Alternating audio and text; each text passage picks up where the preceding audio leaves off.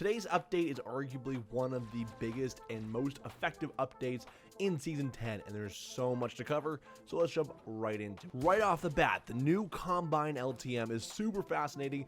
You guys are seeing gameplay right now on screen what the Combine is, but basically the game goes ahead and describes the Combine as, quote, put your skill and muscle memory to the test. In this new playlist, your goal is to reach the end as fast as possible while eliminating all targets along the way. Compete against friends or other players for the fastest time on the leaderboards. Share your best time using hashtag FORTNITE Combine.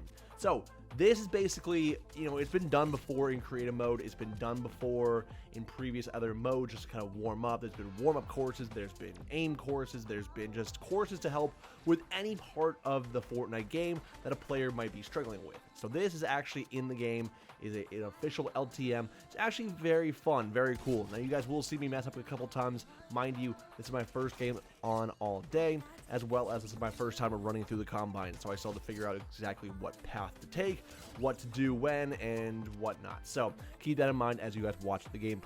It is very cool though. I can see this helping long term. Not, it's not gonna be one game in and you guys are automatically gonna be able to, flick shot enemies from behind you with a shotgun, but either way, over time, this could be a very handy tool for less skilled players. So that is definitely worth checking out. I know that I will be spending some more time in the Combine here as we get 3 different phases of that, but I'll go into more detail about that shortly. You guys will see gameplay later on in this video about Starry Suburbs, which is a brand new point of interest just north of Pleasant Park. And it says here that, have you ever wished upon a star for great loot? Come to this new rift zone to make your wishes come true. Shooting stars with powerful loot are landing here. So we'll go more into detail about this as well. But all you guys gotta know is that with Starry Suburbs, there are brand new stars that come down, and they are basically one gun chests, if that makes sense. Like, the stars shoot down, and then you can open the chests and the stars to reveal one powerful weapon or loot item. And there is the legendary TAC SMG, which could only be found in stars as of right now. So Starry Suburbs is the only place to get the legendary TAC SMG. Moving on to another LTM. This one's also very interesting. So it's called Zone Wars. Everyone that is familiar with the Fortnite competitive community knows what Zone Wars is to some degree. It is a LTM. Previously, it was a creative map / mode that competitive players would use to kind of learn how to turtle better, as well as work on their end game rotation and end game play. So now this is an LTM that players can use to go ahead and practice such. So 15 friends can queue up at one time. It says that it is a simulation of the endgame scenario in Battle Royale, but with a condensed moving zone. Eliminate the competition as you avoid the storm closing in. Randomized spawns and inventory items make each round unique. So there are 4 different maps for Zone Wars, 1 being Coliseum, 2 being Desert, 3 being Downhill River, and the 4th being Vortex. So all of them have different kind of twists and turns to them, so make sure you guys keep an eye out for that right now. As of recording this video right now at 10:35 a.m. Eastern Standard Time, this is not available just yet, but I'm sure we're going to see this start to rotate into LTMs more and more. So moving on to the weapons and items. So explosive batarang, they added an audio visualizer icon for proximity beeping. So obviously if there's a batarang thrown, it will be alerted on screen of where you are in proximity to such batarang. Shield bubbles. Shield bubbles will now bounce off of other players when thrown at them versus sticking to them and, acting all weird. So they also went ahead and unvaulted the bouncers, which is one of my favorite traps of all time. It's one of my favorite item slot inventory items. It's a rare trap. It drops in stacks 3. They're found in supply drops, vending machines, llamas, and floor loot. They can be placed on floors, walls, ramps, and stairs, and they provide a jump boost in a direction perpendicular to its placement. So everyone knows about the jump pad bouncer combo that will send you flying a lot farther. So that is back. Very cool way to rotate out of storm or rotate as the circles start getting smaller. Moving on, they enabled the back grappler gun and the explosive batarang in arena and tournament playlists. So I know, guys, let me know in the comment section down below what you guys think of that. Some bug fixes real quick. So they resolved an issue in which the health bars of vehicles would not display. When a junk grip object hits a player wearing a bush, it will no longer damage the player instead of the bush. Using a grapple gun to enter a rift zone will no longer prevent players from moving around while skydiving. Resolved an issue in which players could deploy a glider while in prop form. Being in prop form no longer prevents players from being affected by the explosive batarang homing. Explosive batarangs will no longer float in the air after the object they are on is destroyed. Resolve an issue in which the Zapper Trapper would not deploy the location of the placement preview. Shield bubbles attached to a supply drop will no longer disappear after the supply drop is destroyed. Shield bubbles can no longer prevent fall damage. Shield bubbles can no longer be stuck in the air, and they result in an issue in which shield bubbles would not attach to a vehicle when thrown by a player riding the vehicle. So, I know that was a whole lot just for the bug fixes part, guys, but make sure you guys look in the description down below. There is a full link to every single note from today's update in case I skipped over a part or you guys want to learn more. Make sure you guys check out that link in the description below. But moving on, so gameplay, double XP weekend from Friday, September 27th, this coming Friday, to September 30th at 9 a.m. You'll earn double the XP for all matches that you play. So I'm very excited for that. I know I've been a little bit slackadacious here in Season 10 in terms of my level and whatnot. I'm sure I'm not the only one out there as well. So I do want to make sure I can go ahead, hit Battle Pass Tier 100. So this is going to be the ideal opportunity to do such. So now, moving on. Matchmaking. They've introduced improved matchmaking logic to core modes, so this does not affect arena or tournament modes. The players are now more likely to match with those of similar skill, so welcome to skill-based matchmaking. As players get better, so should their opponents. We will slowly roll this out to core modes in all regions as we test and monitor how it performs, and they did update about a blog post about that 2 days ago.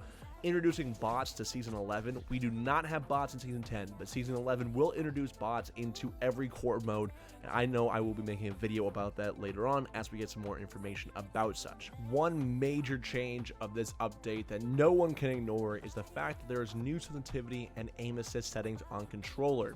So there are some more details in a blog post, but generally overall, the new aim assist settings, crosshairs will turn red while pointed at a target that is within effective range, which is any time before damage fall off is applied. But long story short, with the brand new update here in terms of the settings, there are two different modes for settings, basic and advanced, and these are all with sensitivity. So basic offers you 5 different core settings, if you will. You have look sensitivity, you have aim sensitivity when you're aiming down in sight, build mode sensitivity multiplier, and edit mode sensitivity multiplier, as well as the option to use advanced options or not.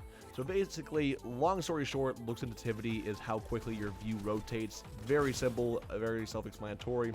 But anyway, moving on. So advanced, right? So basic gives you 5 different options. Very simple.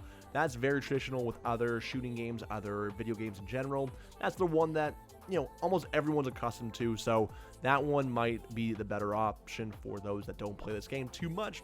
But anyway, advanced sensitivity. This one is insane. So with each one of those 5 different options, you then have 6 options for each. So for aiming down sight, for overall sensitivity, as well as edit speed and building speed, you can then within each of those categories change the horizontal speed, the vertical speed, the turning horizontal boost, turning vertical boost, turning boost ramp time, and instant boost when building. So tons of options here. You can really customize it to really get down each point of the game in terms of aiming down sight, building, editing, etc., etc. So very simple. I will leave, obviously, like I mentioned, a link down in the description below. So check that out, because I know I can't explain it too well in the video because they did include a lot of pictures and screenshots and whatnot. So check that out if you guys would like to. They also did add an option for legacy controls. So legacy controls basically just reverted to what it was before today in terms of the settings and whatnot. They did get rid of L2 spam, also known as left trigger spam as well. So that one is also very important to understand going into today's updates. So moving back to the Combine, because I do want to touch upon this a little bit more. So this new playlist is a great way to get familiar with the controller setting improvements mentioned above and before, obviously, in the video. So through the Combine is useful for this purpose. It can also be played using legacy controls and mouse and keyboard or touch on the mobile devices. So the goal in this playlist is to reach the end as fast as possible while eliminating all targets along the way. There are leaderboards that allow you to compete for the fastest time with your friends or other players, and each leaderboard provides options to sort times by your preferred input device. And then moving on, so Starry Suburbs, a Rift Zone has brought back the ruined neighborhood near Pleasant Park. So if you guys are a player from older seasons, you guys will remember this area. This place was so overpowered. The loot here was crazy. Granted, the buildings weren't in the best shape, but overall the loot was fantastic. Good mats, good landing spot. That was never actually named. So this now is a name called Starry Suburbs, as mentioned. So however, the Rift Zone has given it a homeowners association as a nice place to live now. So even the game recognizes how nice it is now. But the neighborhood is actually so nice the shooting stars make it their destination. Crush the stars to access powerful items, including a never before seen weapon, which is at legendary TAC SMG, like I mentioned. Moisty Palms, players can now use a crouch input to exit platform. That's very nice. Instead of just having to shoot to get out of the platform, that's a very nice alternative there. So hit markers no longer display when you're shooting your own teammate. They removed the reset camera control bind because that was obviously super overpowered in not having recoil on some weapons. So bug fixes, they fixed an issue where players could use infinite sprays while in a rift zone. The building piece choice no longer resets to the wall option when players using a control have the reset building option turned off. Down with the audio. They've resolved an issue in which the sound of a chest would continue after a player opened the chest. The Where is Matt emote music no longer resets after every loop. The UI, the controls option, menu option meant only for mobile platforms, is no longer present on other platforms other than mobile. The building edit option is now located in the building section of the input settings rather than the miscellaneous section. They went ahead and they match stats no longer clip off screen during a victory royale celebration. Nice. Replays, bug fixes. The "You are in the storm" warning no longer displays multiple times when switching spectated players. The shield bubble sounds effects no longer behave improperly when playing a scrub replay. And then there's a whole bunch of mobile updates, but again, we're not going to go into that right now. I will leave a link in the description below. Either way, guys, a quick recap from a server update on September 19th. They said that the improved storm logic to better avoid final storm circles occurring at the point of interest specifics in the patch notes from last week. But again, that's just basically saying that the final circle will not occur in locations where there are rift zones. So Tilted Towers, Paradise Palms, etc., etc. So they also went ahead and they reduced the dance duration of taco time by half. Again, that was on September 19th. September 20th, they resolved an issue involving the deal combine damage with your squad or duo team spirit objective not tracking progress in Team Rumble. So that's it, guys. That is the update. Huge update today. Let me know in the comment section down below what you think about this update, whether you guys like it, whether you guys don't, what you guys do. Do you guys like the new settings? Is it cool? Is it bad? Let me know in the comment section down below. I'll see you guys later. Top box is that previous video like always, and that bottom box is a mystery video like always. I'll see you guys later. Peace out. Have a great day.